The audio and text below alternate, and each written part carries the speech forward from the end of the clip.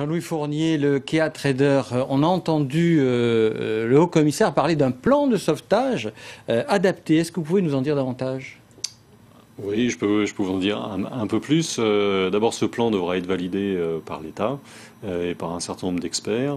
Ce plan consiste à pouvoir s'approcher de ce bateau qui est en haute mer en ayant des moyens suffisamment conséquents pour pouvoir y travailler dans la durée et récupérer ces deux morceaux de coque. Donc ça nécessite la construction d'une barge de très grande dimension et qui pourra être en sécurité à côté de ce bateau. Ça, c'est sur le plan. Pour permettre de travailler. Voilà. Et de la protéger, de travailler autour. 3, probablement de démanteler la partie avant qui est devenue trop légère pour pouvoir être soulevée comme initialement envisagé.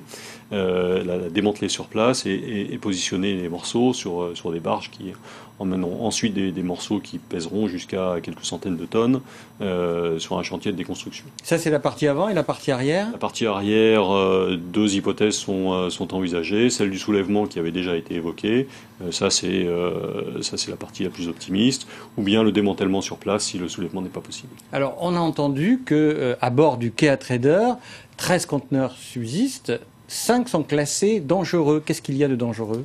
Alors, je crois que ça a été dit dans le reportage, hein, il y a des acétones, des batteries, des voitures qui sont considérées comme produits dangereux. Vous savez que tous les produits qui sont transportés sur un bateau sont classés, et à partir du moment où il y a un risque, quelle que soit la nature du risque qui est identifié, il rentre dans la catégorie des produits dangereux. En termes d'impact sur l'environnement, je ne veux pas dire que c'est nul, c'est un impact qui va exister, mais qui sera quand même extrêmement limité. Mais les risques majeurs sont écartés?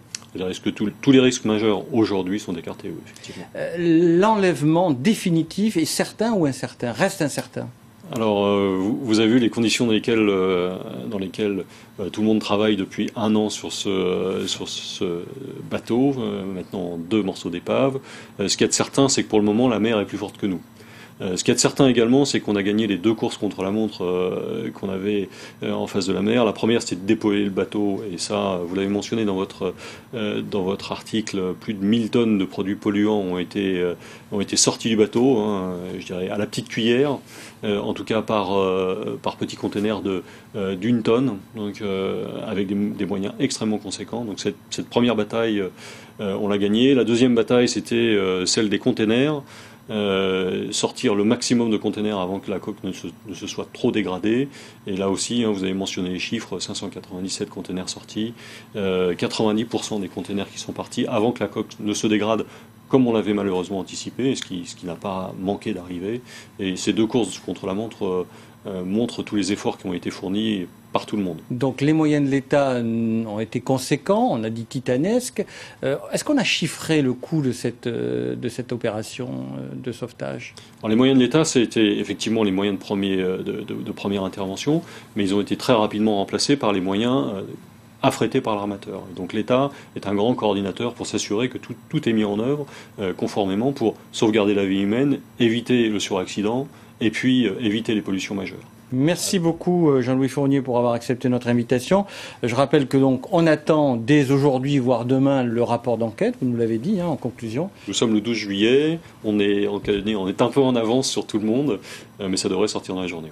Et vous êtes notre invité de la matinale demain à 6h48, hein, je le rappelle pour les téléspectateurs et les auditeurs sur la radio, et donc 6h48 et les questions des auditeurs un peu après. Merci encore pour avoir accepté notre invitation ce soir. Alexandre, merci.